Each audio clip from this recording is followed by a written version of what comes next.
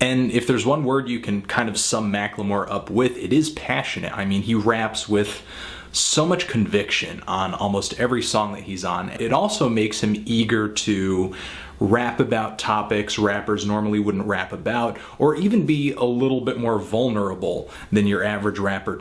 As any artist, your greatest power is being who you are, because that's what's going to be authentic, that's what's going to be genuine, and that's what's going to separate you from the other like 50,000 MCs in the country, or 100,000, whatever it is, millions.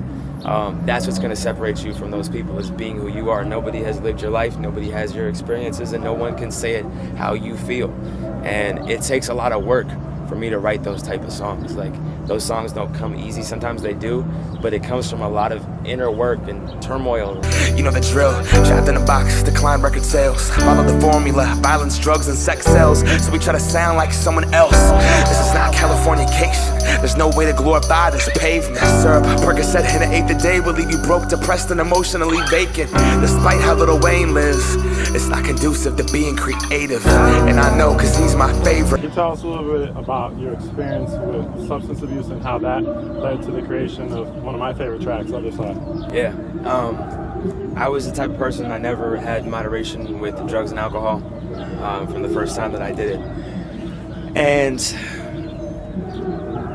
I also could never write while under the influence of anything. So I would, smoke and just stare at a piece of paper and drink and go out and kick it and not get anything done. So I finally got sober in 2008. It's been a song that